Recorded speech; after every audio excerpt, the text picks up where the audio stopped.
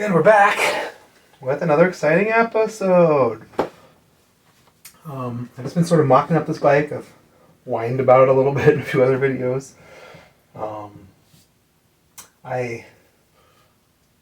It's kind of ridiculous. I'll explain why. So I got this frame with gorgeous silver metallic paint into black metallic paint. Black metallic painted fork to match. It stays Trek 1000, a little gold behind the logos. Gold on 1000 here. Sort of gorgeous. Normally I don't care about aluminum old frames. Some people do, I guess. They're wing nutty, they're too narrow in the back, you can't respace them, you can't do any mods to them, they're not desirable. But I got it, and it's got a good headset, it's chrome, it had weird old black Suntour parts on it, which are cool, but I wanted to upgrade it, make it more modern. A little while ago I found this Tiagra group on like Facebook Marketplace for $120, which seems outrageous for Tiagra group. But I don't think it's outrageous. The 10-speed shifters, this group's like a takeoff group. These shifters are like over $100 for themselves. These levers are like $40, the matching gray levers. No front derailleur. It's cool, I like making one-bys. The long cage rear derailleur. Then not too long ago I found a set of these matching gray Tiagra brakes at the QD Cycling Center Sunday salvage sale. So now I got most of the group. I still could do a braze-on front derailleur and make this a 2x10. That'd be totally cool, but I'm thinking I got this black stems, black seat post, goes with the black. I had this Velo Orange Milano bar, came on a different bike that I parted out. The bar looks good, little chrome headset, little chrome bar. I'm going to use a chrome cable stop. I got this big, nice, like SRAM PG 1090 black alloy Spider lightweight chrome cassette. Put it on. I found these wheels on Marketplace not too long ago. Almost brand new takeoffs for $65. The tires are shot. This had like a glass puncture. It was huge. And then I realized this frame would only take really narrow tires. It only takes a 723. It is like the tubes are misbrazed or something. So this side is just crazy tires. There's a little more room on this side. 723s only. Old road stuff. I'm not a fan. I'd love it if this took 32s, but whoever buys it probably won't care. It's going to be a lightweight race bike, even though it's going to be made for upright and city and converted. But at the Sunday salvage sales, I found these two brand new Vittoria Rubino Pros. One brand new in the box, one brand new in the rubber band and packaging without the box. For $5 each. These are like, I don't know, probably $70 tires. I don't know. So I got these. A lot of these old aluminum frames are spaced 126, so it's kind of sketchy to put a 130 wheel in. Constant tension, aluminum likes to break, you don't want tension. This one was actually 128.5, so it barely took anything to put this 130 wheel in. You can fix it flat, you barely have to wedge it at all. There's no braze-ons, there's no room for fenders. It's a summertime city bike, it is very sexy, I do want to build it. So I've just been mocking it up and playing with it. Now I got the wheels sorted out, I'm pretty happy. I got this black vintage postmodern seat post, most of the logo's off, so maybe I'll kind of scrape the rest of the logo off. There's some chemicals that'll take logos off without damaging finishes. I might do that, or I might not care. It's got replaceable holders on here, so I'm probably going to swap in some brand new brake pads. I got a nice set of orange cool stops. I got these black Sagino cranks the last swap. They're pretty clean, you can almost totally read the logo. I got a 38 tooth 130 BCD. It's like the smallest you can go. It's like a drop stop chain ring, but it's cool. It's all black. It's got logos. It's got some silver machining on it, so it kind of matches the theme. I think these will be dope. I got some nice clean black, like BMXy flat pedals I'll put on it. I got a black, like brand new Tongate bottom bracket. You won't be able to see it, but it's kind of cool matching. I do have a Velo Orange chain guard. I might consider trying to put on this. That might be too much and too crazy. Trying to figure out what color housing I want. I think I'm going to go black. So it'll keep the sort of theme going with this like gray and the gray parts and the black and the some subtle white accents and subtle silver accents. I found a nice physique wing flex saddle, little gold slats. That's like tie rails, which are silver, so it's really light. Cassette's really light, the frame's pretty light. So kind of doing a thing, kind of cohesive. And I figured maybe now that the wheels are settled and I got the chain ring in, I ordered off like Alibaba or something sketchy. So I want that 38 tooth, man. Use the chrome bolts, man. I was gonna use black alloy bolts, but I used on something else like a fool. So I might try and do this build because I need another win. This bike's been kind of a loss, kind of a fight. Get the wheel figured out, the tires figured out. This braze-on thing only bolts in. I might take it off and just put two black little button head bolts in. Make it kind of subtle and hide. So originally thinking I could make the chainring guard mount off of it, but you can't. It's like a Velo Orange one. It mounts to the BB shell. And I still might use it. I don't know. I don't know. I don't want to really test fit these cranks without it though. Oh, that's all a nightmare. Let's figure it all out and I can put it on if I decide. I got some almost brand new black Specialized lock-on grips. I don't know if they're really the right thing or not. But let's play with it. I'm gonna try this 107 Tange. Really going for the narrow as possible. God, I wonder if I should even try 103. I got some brand new M8 crank bolts. Keeps the bright silver and the black kind of going, and it's brand new, so it won't be rusty or ugly or take away from it at all. Pretty stoked. Let's bolt some stuff on. Start with this little dude. God, maybe I should see if I can find a black barrel adjuster head. Is that too nerdy? No such thing. So I did find like an all black one-off little Cannondale. Doesn't really fit right. It's not that cool. I did find a black barrel adjuster head. I did squish it on here and loosen it up until it fit. Kind of way cooler. We're going for it. Just using a little touch of grease. We want it to come out. Because we want it to come out someday and not stick in forever and blah, blah, blah, blah. Same thing in this bottom bracket shell. Want grease in. Grease this cup. I like to start the non-drive first. It's usually a little looser, a little easier. Really make sure it's going in very straight, several threads. Often most of the way. This one's going in so easy and nice.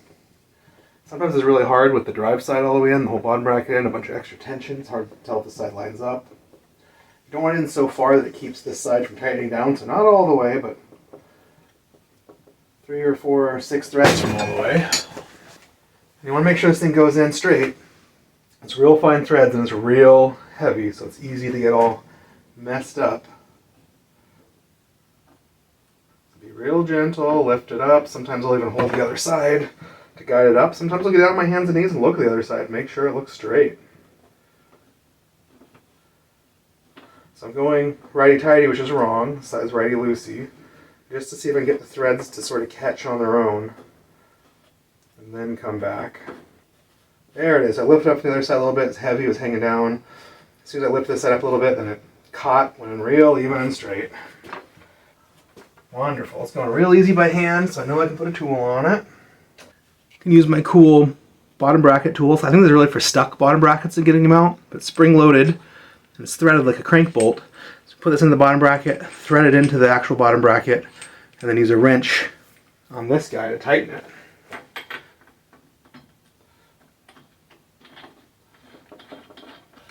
It's all the way in, it's got to snug it down. Snug. Spindle's turning. Hold the spindle on the other side. Oh, and it comes right out. Before I tighten the other side down and all that, I want to make sure this is the right size crank. The right size bottom bracket so we can get away with this 107. And what it's going to do. Before I push it on, I should probably take it in a little bit. I'm going to sort of measure the center of the frame to this chain ring. About 50? Oh, that's A lot wider than I want for a 1x, I think. Maybe it pushes in, it'll be enough. There's barely any room in there, really. It might be able to go 103. I'm gonna look. I don't even have a narrower bottom bracket. Well, we're just gonna try it. Worst case, we gotta go get one. This project goes on hold again. Most likely it's fine.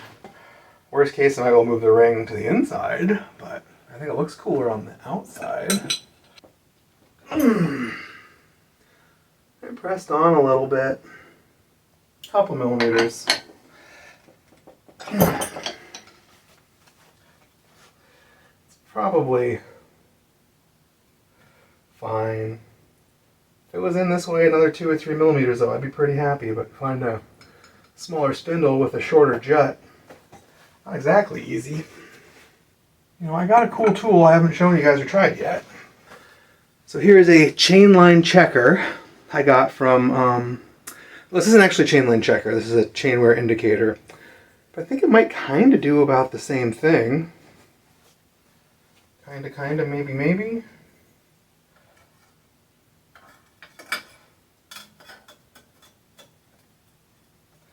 Not really at all.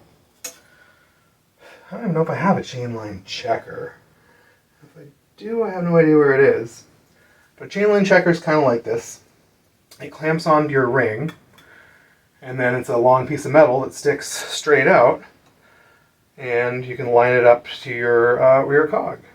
Now this one's kind of, I mean, just eyeballing it, it kind of looks like it's right in the middle of that cassette. That's kind of what I want with the 1x. As close to the middle of the cassette as possible. So the chain can go all the way up or all the way down without getting too crazy and too cross-chainy and grindy.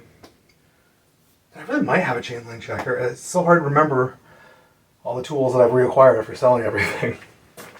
So whatever, I'm pretty happy with it. It's cool. Don't put the other crank on until you remember to tighten down the other side.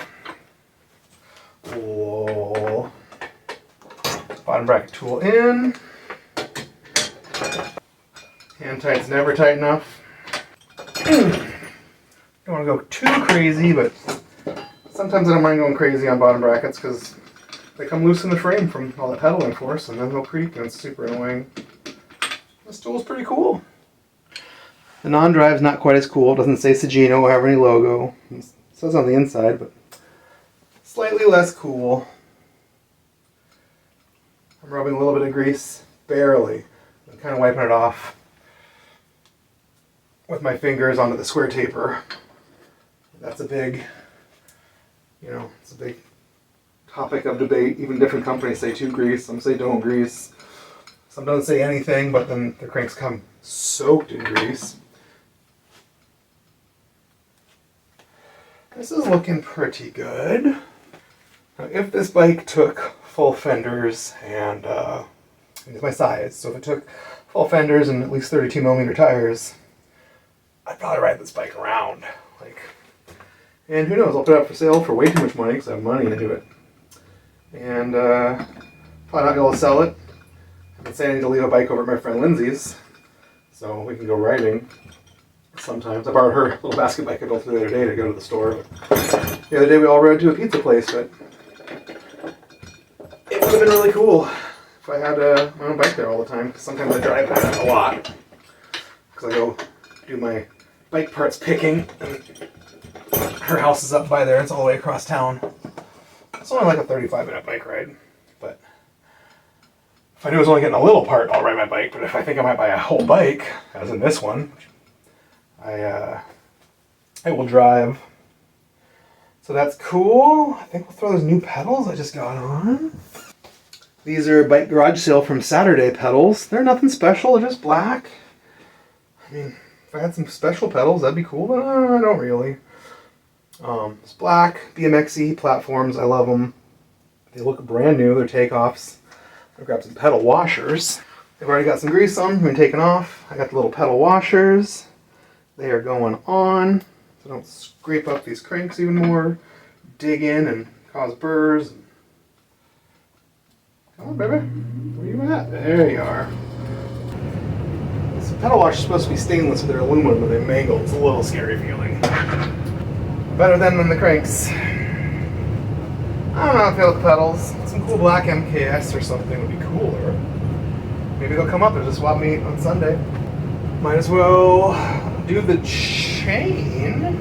Got a KMC X10. I always love KMC chains. They're compatible with everything. Make a lot of sense. They come with a real quick link.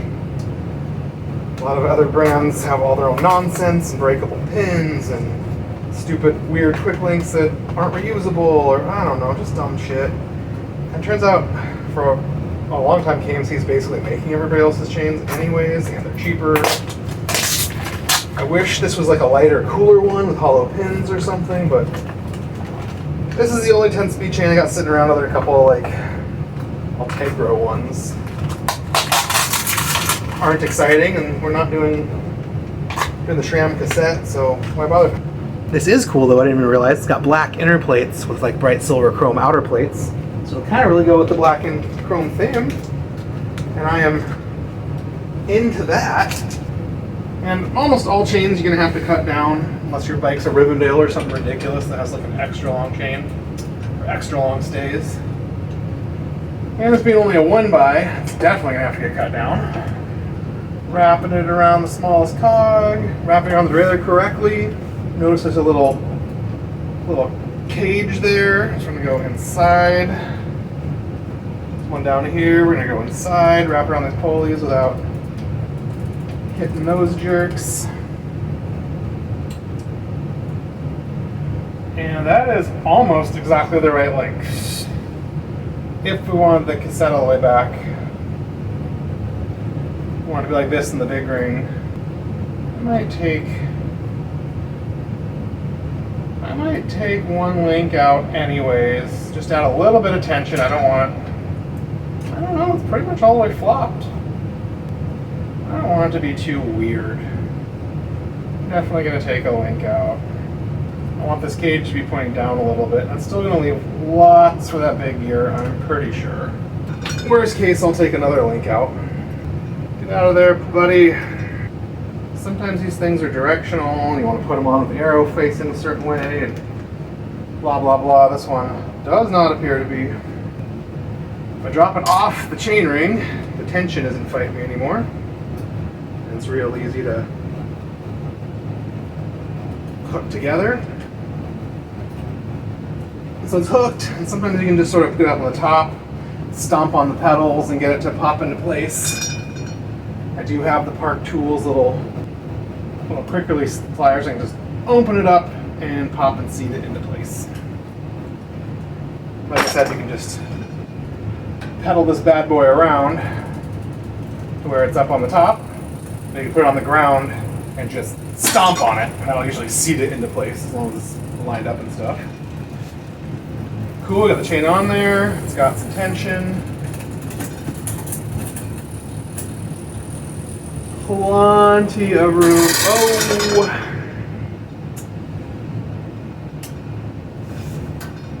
I'm trying to check this without knocking the chain off the back into the spokes. Plenty of room, it looks like, but it's time to set up the limit screws. Oh, it is this bottom one. These things aren't really labeled.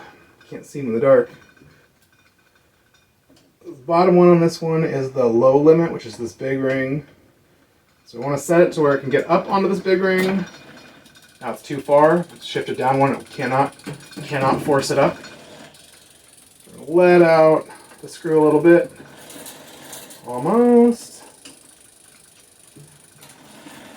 And there it is. Just shifted right up. That's what we want. We want to make sure it can shift up. It can't shift over. A lot of guys will tell you, and they're right, to keep letting it out until it does shift off and then bring it back in a little bit. I don't really want to do that. See, now let it out a little bit, it still doesn't shift off. And you want to do that on purpose so you know it can shift up there real easy without ever falling off. So it'll seem like it shifts great here, but under cable tension it won't quite make it because you don't have the limit set out enough. But I think we're real golden. I turned this top screw in on accident, and so now it's limited to the middle of the cassette. There's also something you can do if you just want to single speed your bike. Or if your derailleur cable breaks or whatever, you can just turn the limit screw all the way in. Instead of being broken on this little hardest gear, you can line yourself up in a much easier gear. It's all the way in, and I'm stuck right in the middle of the cassette. I'm going to let it out. See, it drops down.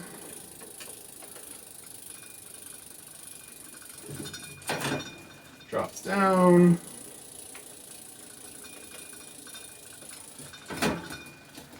Drops down. There's one more gear to go. It's almost there.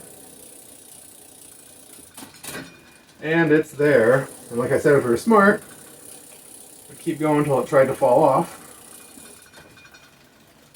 And also eyeball it from the back. You can see the chain come wrapped nice and smooth down around this gear, right down to the pulley. And I can see the chain right now. It's physically bent in a little bit. It's not perfectly straight. Let that limit out a little bit more. I can even hear it's trying to catch that next toothed upshift. Either that is trying to shift down. I don't know. Let's keep playing.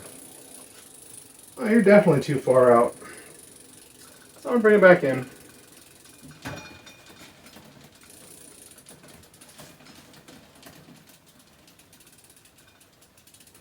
I'm just barely pushing it in my thumb. Right now I can hear it grinding and trying to shift.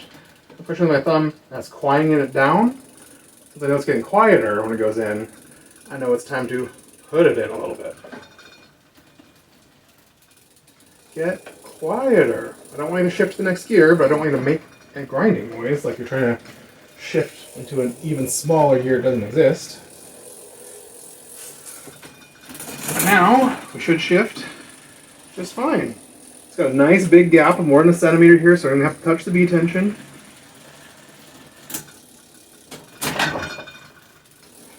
Coolio.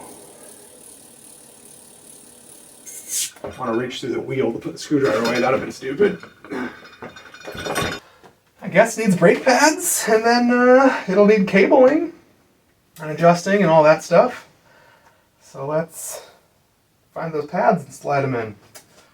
A little three-way, hoping I don't strip out these tiny, what looks like alloy set screw bolts. A nice, crisp breaking free instead of a horrible thud rounding out. That's what we like. You don't want to take these guys all the way out to where they fall on the floor and get lost forever. Just till they're almost falling out. Uh-oh. Woohoo! Thought that was rounded out, but I think these bolts, they're different pad holders and the bolts are just the next size up. Woohoo! If they're rounded out, I would show you a fun video about drills and extractor screws. It's not actually fun. If they're loose enough, should be able to kind of push from the front of the pad, and they should, in theory, slide right out.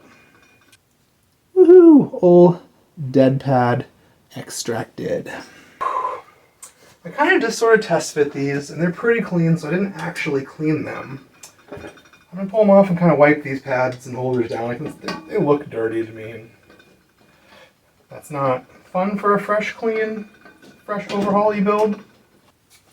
Got this dirty pad, look, just sprayed dirt all over my hand. Get this pad out. So at worst, needs a little wipe down. Might need some real scrubbing. You want to play rough? I'll play rough. Okay, I got the brakes off and clean. Got new cool stop pads slidden in. Little pinch bolts tightened down. I did the brakes like loosely adjusted. I wait till the cable and housing are on so I can sort of pull the lever. Give me some cable tension so I can actually move the pad up and set it where I want. Rather than just fighting it and moving it 50 times. So basically, chain set up, derailleur's roughly adjusted, the brakes are roughly on and adjusted. We are ready to partay. Still don't think I'm going to like these grips. Modern, they say specialized on them. We'll dig around. I might go with my cheapy silicone Chinese ones. I'm trying to think more about the cable and housing color, and I think I'm just going to go with black. It'll be subtle, it'll blend. I mean, honestly, if I had a subtle gold, that might look good, but it'd be too much. The gold is so subtle on this bike. I did want to go nuts originally and do gold chainring bolts and gold derailleur hanger extender and gold blah blah blah, but we're not gonna. So, cable and housings, it is. Yeah, it's unfortunate to have the one shift boss left loose, but I do it on my bike and I barely ever notice it. And there's really nothing to do. There's a couple companies that make like a kind of matching silver one you can put over here, or I could just put another one of these over here with the barrel adjuster not in it, or some people do stuff, but none of it ever looks any better than just having the shift boss on there. We'll probably do the rear derailleur first for fun. Got a piece of scrap housing I cut from last time. I think I checked it to see how it fits. It stems all the way up, so this is about as high as it's ever going to need to be. Turns all the way, doesn't get too tight of a bend anywhere. Shift cables with caliper brakes over to one side are always awkward. Bends all the way this way, and it's a little bit tight. But if I had it any longer, it makes weird kinks on stuff at extreme angles. The extreme angles, you just don't want it to kink if your bars whip all the way around, if you drop your bike or lean it against something awkwardly. It's pretty alright. It might be a little too short now, but once I put the ferrules on, they'll stick out a tiny bit. We'll see. We'll see. And the stem's all the way up, and people like to slam their stems because they're crazy, hate themselves and their backs. You know, it'd be tight, gold ferrules. I used to have a bunch of brass, those manufacturing ones, but I don't have them anymore, so silver or black it'll be. I did find a couple of black SRAM SRAM ones. So maybe.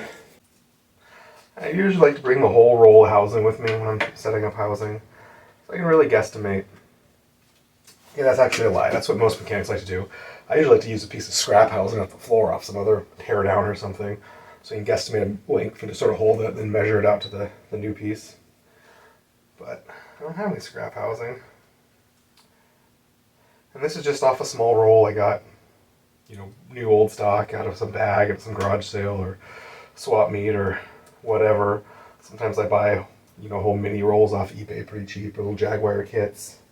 Usually it's pretty long. This one's kind of weird. I'm going to go a little shorter. In most of my videos I've been using the hand file to clean the ends. I got a grinder now, but this is really close. I'll probably just use the hand file again. I find that a much finer tooth hand file actually works better. You'd think you'd want a heavier duty one for taking off more material to get it flat faster, but that usually just catches all the steel and causes problems. A little fine one is great. And it's a lot quieter than a grinder. It's getting it burr free and totally flat. File's only cut in one direction, so don't drag it across and drag it back. You're just dulling the file. Just push. Pokey tool for the wind to clean up this little pre-lubed liner inside. Make sure your ferrules are pushed all the way on. People like to say that cables stretch. It causes their shifting problems. It's not true. Housing seats, ferrule seat, get pushed on harder. Always tap them tight. I just bought this off eBay. It's just a little 10-pack of stainless steel cables I got real cheap from China, but I haven't had a problem with them yet. Because, you go to a bike shop, people are charging $5 for cables now, $3 if you're lucky. And I think I got, 10 for 10 with free shipping or something like that.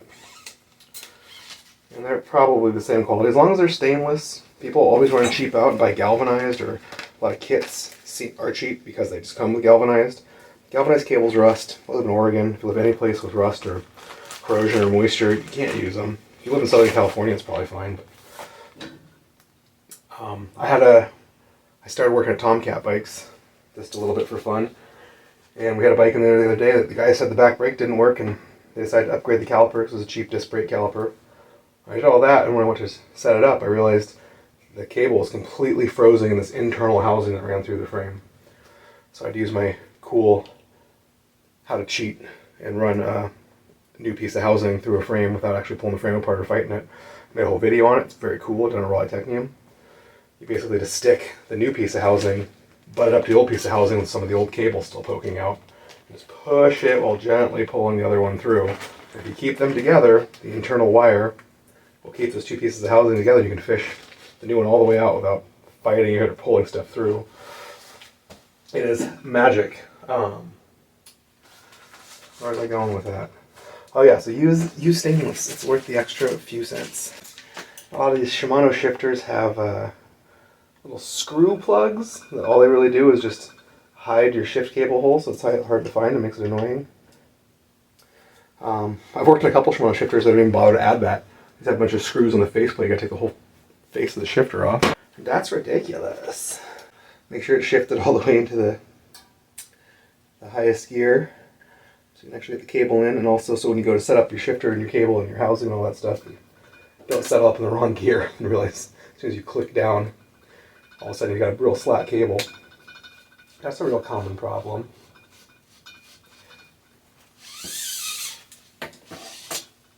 Too tight.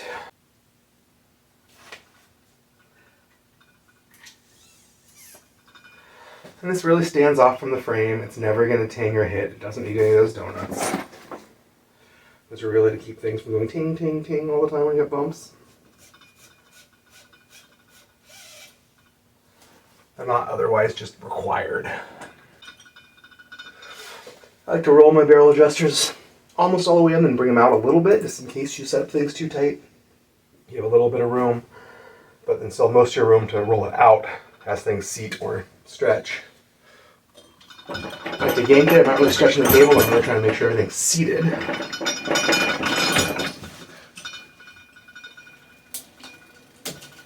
And look at that. It has no tension. Super loose even though I try to pull it tight. But luckily this bike has 3 different barrel adjusters on this rear derailleur. Still needs a little bit more. That's what we want. Nice and fast. One click, one quick shift. Beautiful. A little cross-chainy. This big gear in this 10th cog. But we got like the weird narrow wide chainring that really grips them so they don't pop off and they're noisy. Shifting down the same way, one click, one crisp, fast shift. If it's fast one way, slow the other way, it's because your tension's wrong. If it's really fast, you got too much tension. If it's really slow, you got too little tension.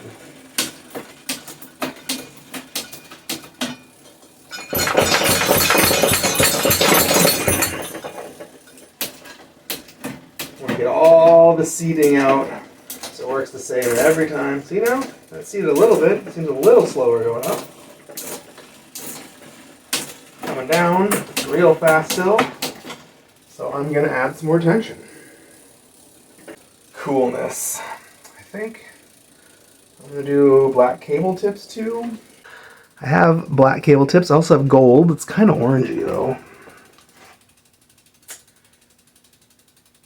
It's too popping. I'm going to go black. I always leave a couple inches of cable, so if I have to grab it or pull it or reset it, I can. But not so much as to be hitting your heel every time your pedal goes around. Everyone has their own preferred method of putting on cable tips. Everyone's wrong but thinks they're right. Except for me, I know I'm right. You see what I did there? I like the pliers going straight on. You really squish them, they don't come off. Most people who think they're really pro but aren't use like side cutters and do like 3 little lines, and then they always kind of pull right off in the cable frays. The Park cable cutter tool has a little crimper thing on it. I don't think it works, or I don't care. I just don't use it. Tight. Pretty cool brakes. If you watched my last Sunday salvage sale video, I got this kit at the salvage sale. Brand new in the bag. Bunch of black Jaguar housing, never used. 2 brand new, very nice stainless steel cables for flat bar, which is perfect. And a bag of hardware with ferrules, cable tips, and for some reason 2, one new and one used, recessed brake nut bolts. So, you know, this is $20, $30 worth of hardware, brand new in the bag. So I dug around, you know, at bike garage sales and flea markets and swap meets and old bike shops used bins and stuff. Like, it's great. And this looks like more than enough to do this whole bike. I like to stick it in, make a graceful, sweeping, gentle little arc. Hold it up about where I think it needs to be. Turn the handlebars, make sure it won't get too tight or pinchy, too bindy or weird. That's about perfect. Hold the spot with my fingernail. Really gotta do more organizing of these tools I use all the time. I like to use side cutters or dikes for housing because it's a wound coil instead of a bunch of little straight ones like a shift. So this way I can kind of chew between the metal coils, hopefully, and not have a giant, horrible bunch sticking up of random shrapnel. This one's pretty clean. It's kind of impossible to see me. I see Russ do this on Pathless Pedal all the time, but it's not really going to focus for me. This one's a lot more annoying to do by hand with the hand file, and since I have a grinder now, I'm not gonna. Might as well do the front while we're at it. Into the brake, and a nice little loop. Now that I'm here and thinking about it, I often will do the front first to get the loop I like, and then try and do the rear to match, so I have like the exact same amount coming out of the bars, swooping forward. I think that's about it. I'll just go for it. If it looks really bad, I'll change it. And look at all this housing I have left. On a bike that doesn't have the full run and splits, I might get a whole other bike out of this. So I ground these dudes down real fine. My new grinder is real sharp and hot. It really melted that internal liner, so the pokey tool's extra special and important right now. Clean. Check to see if these Jaguar ferrules fit. Oh, they don't. Yeah, a lot of stuff doesn't like a fatter metal ferrule. It does up here. It might take a skinny ferrule. No, it doesn't even take a skinny ferrule. Alright. I hate brakes like that. Some Shimano ones, some other ones that like look like they ought to take a ferrule, don't take a ferrule, try a skinny ferrule, still doesn't fit. They're loose on their own. But the top does. Really push it on there. Plugged in. Plugged in. There's a trick I usually like to do right about here. If I can find my electrical tape, which I can't, maybe I need to go buy some, maybe I need to look around a little harder. Often as you use your brake with these top tube guides, there's really nothing stopping the cable. So it'll slide forward and forward and forward and get all tight and pinchy right here. So I usually like to pull it back to have about the angle I want, and take a piece of electrical tape and put it on here and wrap it around over and over and over again, make a little thick donut. So electrical tape acts like a stop against this stay.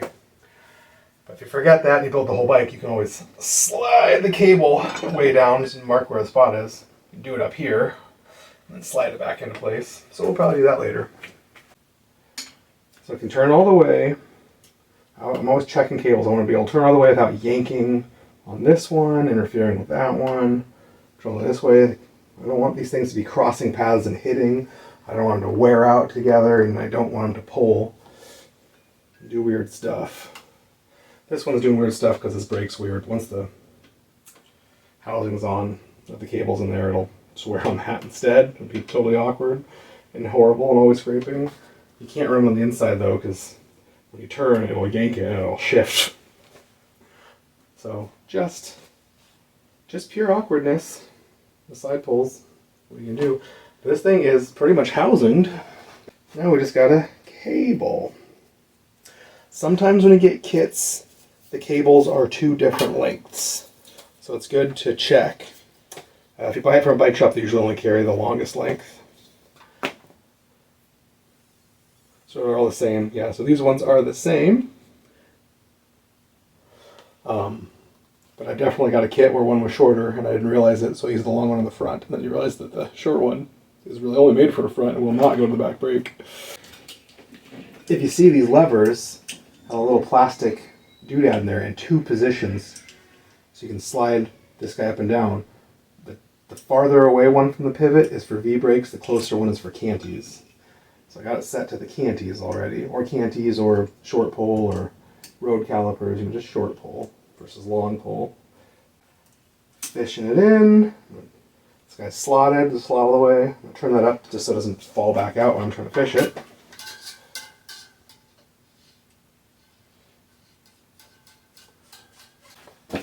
It's pretty common for the cable to hit inside a braze on or stop and not go all the way through. This one luckily went all the way through for us. Putting it through the pinch bolt.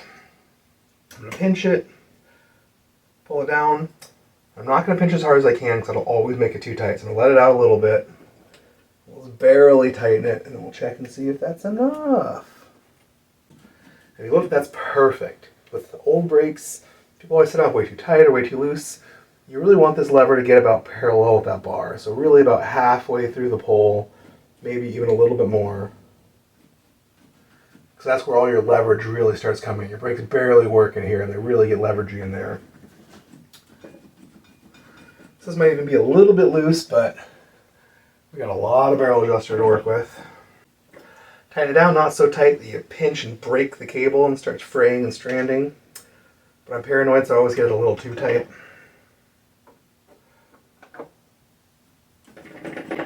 Roll the barrel adjusters up a little if we want. We're going to roll this one out a little if we want. We're right in that Goldilocks zone. There's still lots of barrel adjuster left to keep tightening your pads. Keep tightening your brake as your pads wear out and make it feel looser. And now I will pull this guy tight and adjust these pads. I want to make sure they both hit at the same time. The brake's not cockeyed. This sort of caliper brake, this is like bolt through style, swings in and it comes up as it swings. So you kind of want the pad about as low as possible on this machined silver surface of the rim without going down into the black. So it'll just wear the pad out weird and it'll wear the black paint off your rim and it's totally stupid. So this one's actually about perfect, but it's not towed in very well. So the very back of the pad's hitting and the front is not. So I'm going to try and loosen it. Why I got some pressure on it, see if it'll move a little. Make sure it's not into the black.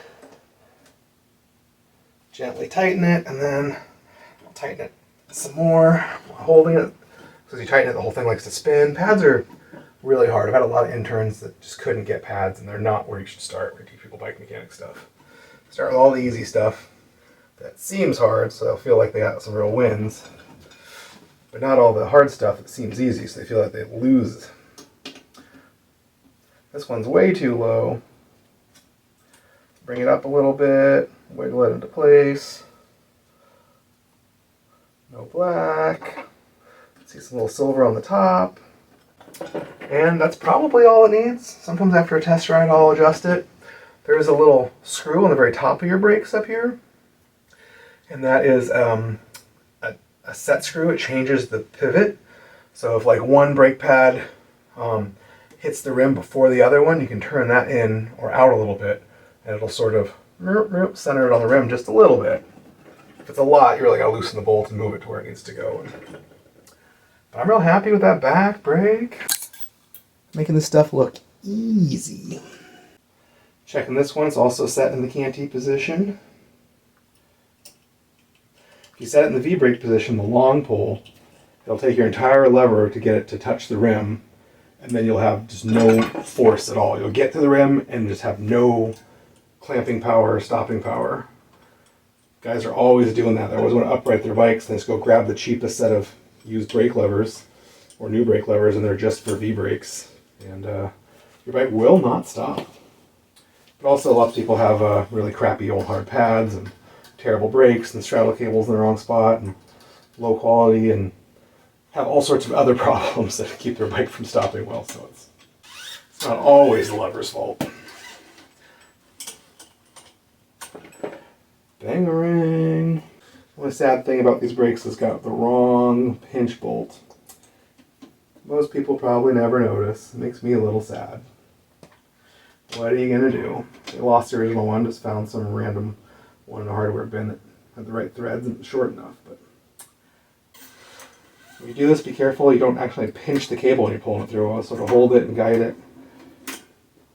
You get any kinks in your cable, your brakes will be mushy forever because you got to fight and get that kink out before it can actually start stopping your bike.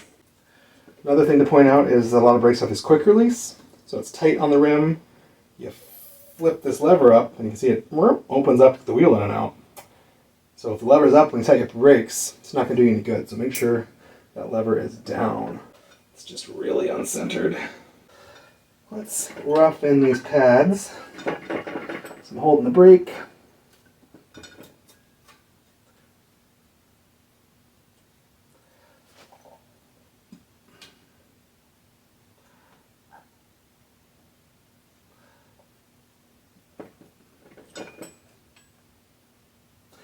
I'm not looking at the bottom, make sure it's not in the black, because I know that these fit. And I know if I just see a little bit of silver on the top, it'll be totally fine. It's probably a little too much silver. But we're just roughing it in because it's acting weird. It's just crazy tight. This one looks fine. This one looks like it's on really crooked. The back's really rubbing. It's got reverse toe in. Even though I just messed with it. Let's mess with it again. Loosen it up. Those pivots moving. Sometimes brakes will get over tightened and mash the hardware. And so you think it's got all the pivots and it's going to move where you want, but it always finds that mangled, dented spot and falls right back in, so it doesn't sit the way you want. In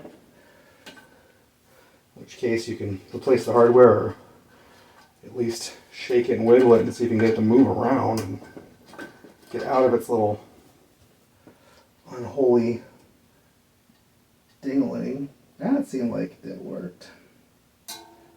Maybe. Let's see what happens if we tighten this guy down. Be cool, bro. Maybe it's just way too tight. Just let this out a little bit. Oh yeah, much better. But still a little tighter than I want. Looks like they're both hitting at about the same time. Sometimes you can just tell by looking, seeing if one side hits or spinning the tire. See there's a gap over here, but it's touching there. Or if you squeeze it, you can see the whole tire flex over to the side. You know it's got to be centered a little bit. We let this in a little bit.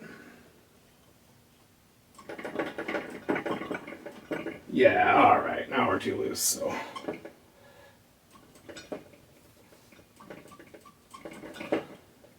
Go down.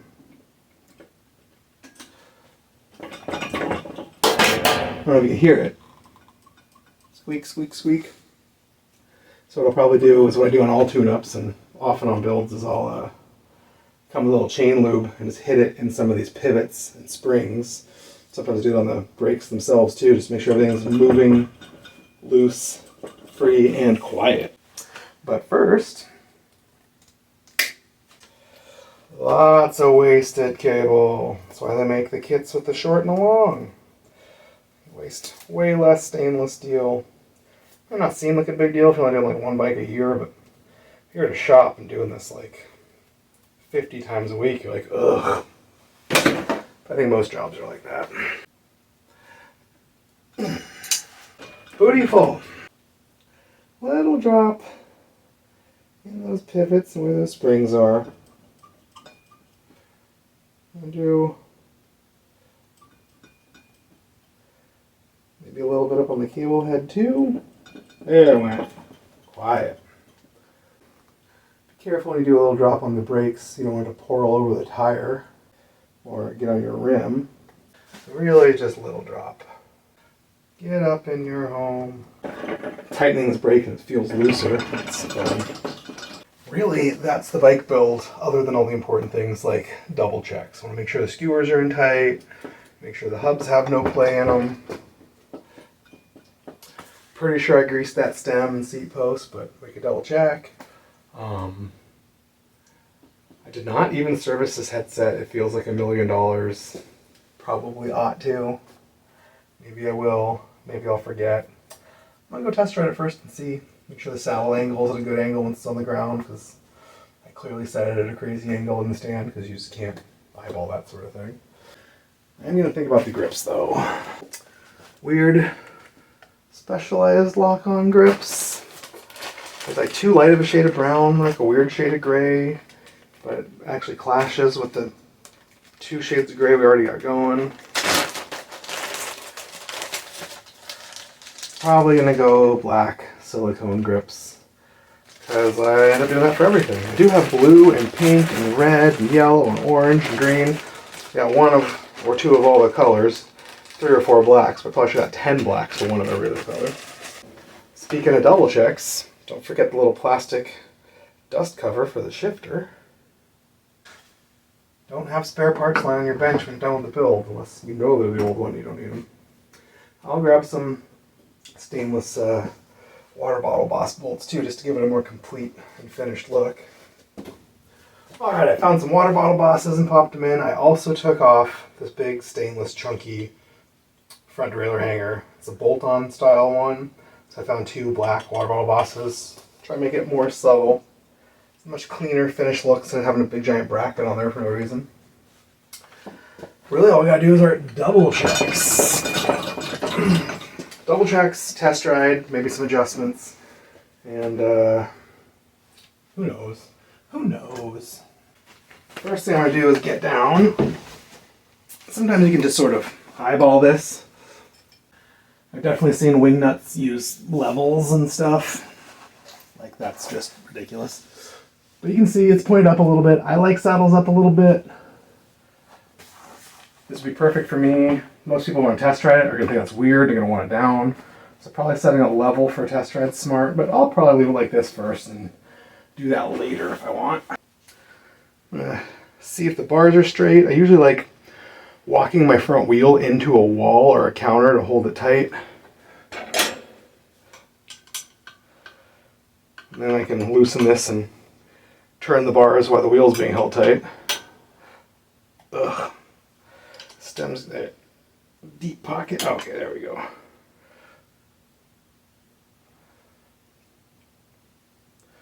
I have astigmatism, so I really can't ever actually get these things straight. You just have to test ride it while riding hands-free, like watch where the wheel goes and realize how the stem's pointing and then adjust it again. So that'll probably happen.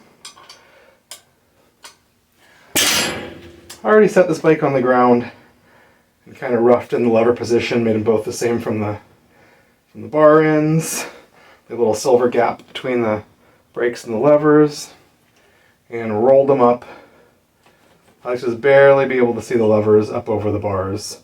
There's a little gap of daylight between the bottom of this lever and my sight on these grips, because you want a real neutral position with your wrist and hands. People always trying to set them straight out and you're riding like this, and that gets real bad for your tendons and stuff. I mean, even hidden completely I kind of like sometimes, but really neutral is what you really want to start with.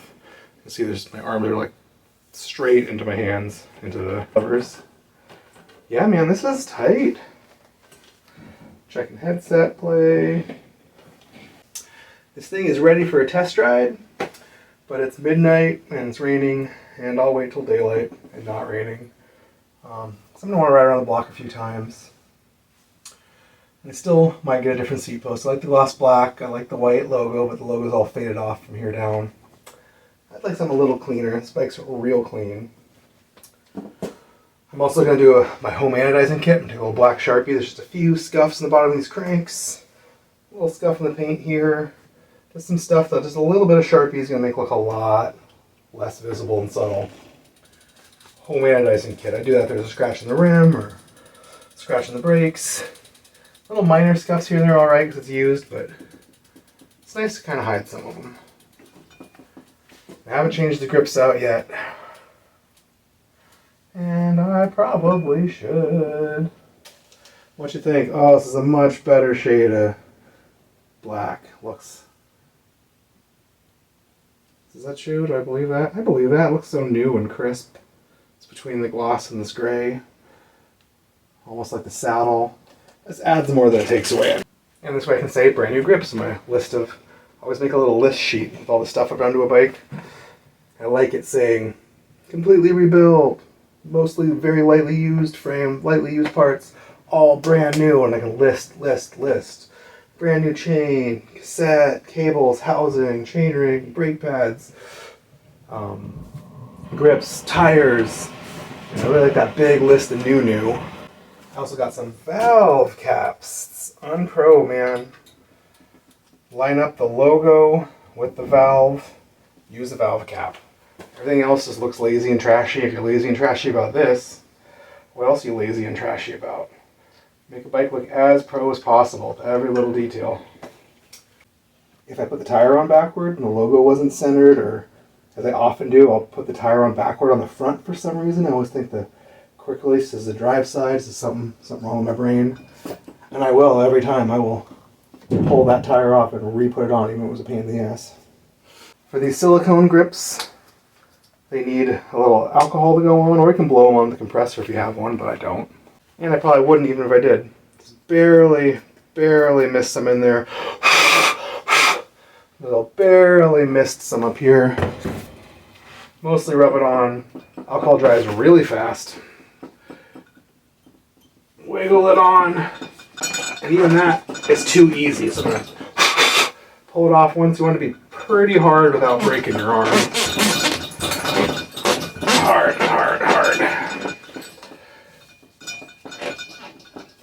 You don't really want to be able to twist, so it's tighter up here and not as tight down here. Probably the alcohol. And I want it to be pretty flush with that bar. Pop these end caps in, not interfere. You do need bar end plugs. Guys are lazy and think, oh, you don't need that. I've had a bar whip around and stab me in the stomach if I hit something real hard. If I wouldn't have such a dense stomach, it probably would have punctured my abdomen. Because these things are a giant hollow needle. If you get in a wreck at 20 miles an hour and hit something, it'll whip around. It'll hit you at 20 miles an hour. Use a bar and plug, use a cork, use something. Barely. If you do this without rubbing alcohol, these guys will not go on. You will fight it for an hour. Your arm will feel like it's going to die. You'll hate your life. Too much alcohol, it goes on too easy. It moves around, it won't dry. Still want to leave little gaps. Make sure the gaps are not the same on both sides. If your bars are real thick or your plugs are real tight, you can take a little rubber mallet and tap them in and usually not break them. You can also take the little side cutters and trim some of the plastic off on the inside part so they'll fit. So much nicer, so much better. And we're back. It's the next day. I just took this bike for a test ride. It came out pretty great, but the reason why we test ride is to try and find weird stuff. And I did find some weird things. One of them, the seat post is too high. That's normal. I'll put it down a little bit, because whoever gets it's probably about my height. 2, I might not like the angle of the bars. I thought I had it nailed, but I think I want to rotate them down a degree or 2. 3, when you hold the frame up off the ground and just bounce the front wheel, it'll tell you usually there's a loose bearing or something. And there is, and I think it's the back hub, even though it feels good in the stand. It makes noise. Oh, and there's a little teeny spot. So I'm going to see if I can sneak. Yeah, still loose. Let's see if I can sneak this hub a little bit tighter. It is like sealed bearings. Maybe it adds some tension you put it on there. I don't know. The front brake makes a little bit of noise. That's kind of normal, but it's not the hub. The fork's not loose. I could over tighten the fork. I don't know. It's barely noticeable. It's probably fine. But let's check out this rear dude. I'm going to flip the brake quick release. Shift it all the way down. Flip the wheel out. It is shift perfect on the road, up and down both times, pushing hard, barely pushing, spinning. It's heaven to ride. It actually felt really nice, even though it's all weird, skinny tired and all that stuff. It felt real nimble and agile. So sometimes you can get away with a trick. If the lock nuts and things aren't way too tight, sometimes you can just turn, just hold one side, just tighten up the other, and the lock nut will move and push the cone with it. So I'm going to try that. And if it's too tight, it won't. It'll just pull the threads and damage everything. It moved. Did it make it tighter? Did it make it looser? Did it pull the threads? I don't know. I think the whole thing moved and made it tighter. We'll find out. Really holding the frame and really wiggling side to side, and I'm feeling no play, and it's still rocket smooth. So I think we solved that problem. Yay! Just a little more tension on those cones. So roll these bars down. The problem with rolling the bars down is it rolls the grips and shifters up, so we might have to loosen and adjust these guys back down a little bit. Or we might go, you know what, that's still totally in the range of completely okay. There we go, just a little bit. I also noticed the cup on the non-drive side has a big red ring of grease right around it that I missed. So I can't really see it, this is rubbing with the rag. Outside in that daylight though, you gotta walk around the bike. Sure see it. Wiped off. Backside of the pedal threads and things too, just in case. Let's lower this seat. That's super low. Looks pretty straight. It's really better to stand on the front and look back. Then you can knock the saddle with your hand and really eyeball it, but it's close enough for now. Still gonna see if I can find some electrical tape and make that little donut. And I'm gonna make up a little sales sheet for it. I like making sales sheets. I mentioned it before. And I'll show you what that looks like right now. So I printed up this sales sheet. I put my little name and logo on there for fun. I like to make these for a couple of reasons. One, I can put the price on there. Two, I can put the serial number on there. And three, I can say, put all the size info, standover, reach, seat tube, top tube length. And I can put what I'm calling the bike, which is a 57 centimeter vintage Trek 1000 Neo Retro Cafe Racer. And I can put what I did. It's fully refurbished. It's a high-end, low miles vintage frame, which is true. This thing barely had a mile on it when I got it. And it was fully refurbished, and I made a list of all the brand new parts I put on there so people can kind of see the value if they start looking. Like, it's a $90 cassette, it's $150 with a wheel, tires, it's a $100 wheel set, it's, $40 chain ring, it's $120 group. I didn't put the actual prices on there, but I put what the parts were. I literally said, brand new Cool Stop salmon brake pads, all new stainless steel cables and housing, new 38 tooth alloy 1x chain ring, SRAM lightweight alloy spider cassette, KMC 10-speed chain, Tonge 107 sealed cartridge bottom bracket, Rubino Pro tires, silicone grips. And then later on I say the used stuff too. When I say, it's built with custom built up as a light fast city ripper with 10-speed dark gray tiagra group, black Sagino 170 cranks, fellow orange Milano handlebars, and other lightly used parts, including a tie-railed, carbon-reinforced physique leather saddle with matching gold accents. Because that's pretty cool, that saddle. This match uses the subtle gold, and those physiques were like the hottest thing in the world a few years ago. I just put this thing in a Ziploc bag. I can tape it to the handlebars, or do a little hole punch and use a reusable zip tie to hook it to the handlebars. We used to use actual paper sheets, like plastic sheets you'd have in a binder, but they'd always get water in the top and it'd seal the whole top with tape, and it was weird. This Ziploc bag seems totally cool to me, and I will probably also throw the front derailleur braze-on thing, because I ever want to make it a 2x again. I could offer him the front shifter. I could definitely offer him that braze-on front derailleur thing. It's for a more advanced customer, nerd who's going to work on it and do stuff, but for your average customer, they just think it's cute. They think it probably fits, they just like it. They'll probably ride it forever and never do anything about it. So, I don't know, maybe I'll save that. Another reason why I do this sheet is because now this is saved in a Word document. Word documents are tiny. I save as every single one. So if someone 6 years from now is like, hey, I bought this Trek from you and it got stolen, do you have the serial number? I will say yes. It's on this sheet, saved in a Word document. I can print it out and email to you, the full description of the whole bike. So that helps. Every once in a while, I had Kenton, had it for about 4 years, and we probably sold 4 or 5 bikes a month. Not a lot. We wrote little handwritten service tags like this with the serial number, and 3-4 times people have their U-locks cut and their bike stolen. They come in, We'll be able to give them that receipt showing they bought a U-lock, showing that they bought, had the serial number. And if you use kryptonite U-locks, someone cuts your lock and leaves the cut lock. You got to do that. It steals your bike. They will write you a check for replacement value of your bike up to whatever amount that lock's rated to. So the cheaper ones are only rated to $1,000, the medium ones are rated to a couple thousand, and the New York ones are rated to like 7,000 or 8,000, something crazy like that. So it's good to have the price you paid for it and your serial number, just in case. People keep this for their records. If I had one of these, I would fold it up and put it in my little fire safe with my car titles and stuff. But you know, you can't make people do the right thing. You can try. But yeah, this bike is cool. I am charging a cool $6.99 for it, which is not a lot for a bike shop 6 years ago. Maybe a lot now. A lot for Craigslist for some guy in his basement.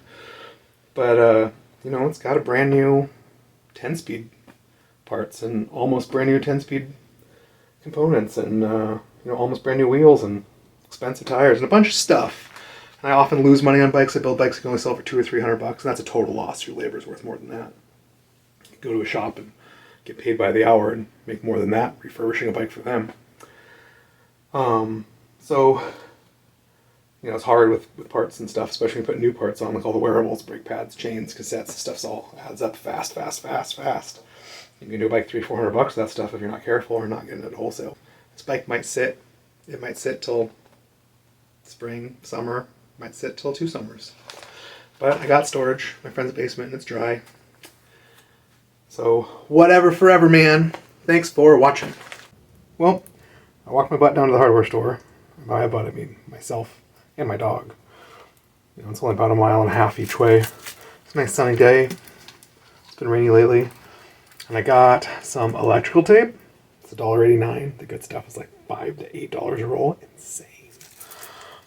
I got some magic tape for the next video. And I got a little thing of colorful electrical tape. This one's okay. Colors are fun. I shouldn't have bought this. If you go to Fred Meyer, sometimes in other hardware stores, you can find ones that are skinnier and have a bunch more colors, including a silver I really like for silver housing. It's really subtle. But, you know, colors are colors, man. But I'm going to go with the black. So what I'm going to do is figure out a nice smooth angle, which is perfect right now. So I'm going to figure out exactly where to mark this stuff. So I'm going to say it's about 1 inch from the logo. About. Pull this back nice and gentle so you can get some up and around here. It doesn't take a ton, just enough to make this piece of housing a little thicker so it won't pull through the braze-on. And if you do too much, it's real hard to wrap this way. Yeah. So about 1 inch. You can totally see just a little tape. And then it's in its own little footprint. Not pulling it too super tight or doing any of the other weird stuff people do. Just a little bit of pressure, a little bit of a donut. I've done this on thousands and thousands of bikes. I've never had it come unwound or piss a customer off or have someone come back and complain or any of that nonsense.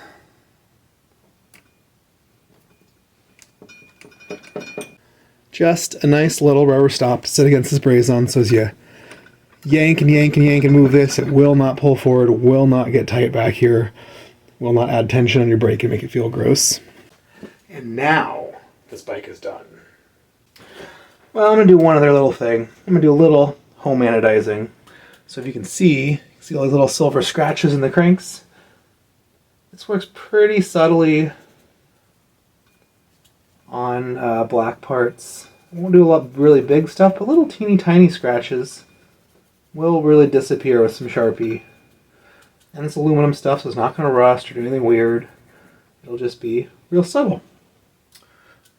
You don't want to do too much or right where stuff shows. I mean, I do it to shifters and brakes all the time, but just sort of disappear some real minor scuffs and flaws on what's otherwise a really nice part. This part looks 90% brand new, except for these really minor scuffs and flaws. Booyah! There's one little scrape on here, chain ring scrape. Normally I don't paint, but it's real dark black paint. It's real hidden in the bottom bracket area. You know, if there's a little teeny nick or something up in here, I do it. Booyah! Home anodizing kit. Works in a pinch. Alright, now for real. Thanks for watching.